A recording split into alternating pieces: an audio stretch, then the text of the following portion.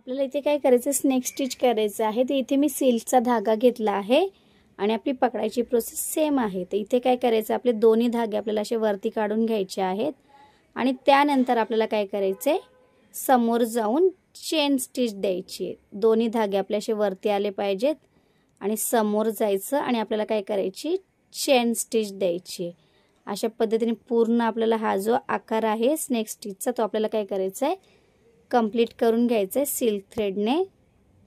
याला आपण काय म्हणतो, सिल्क थ्रेडचं पानी स्टिच। असे एक एक एक एक स्टिच देत जायचं आणि शेवटी काय करायचं, आपल्याला एंड लॉक करून द्यायचं।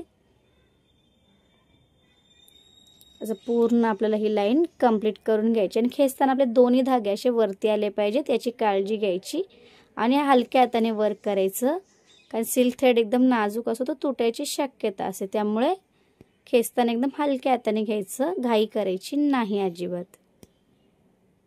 आणि शेवटी जसं आपण एंड लॉक करतो ना, तसं त्याच पद्धतीने एंड लॉक करून द्यायचं।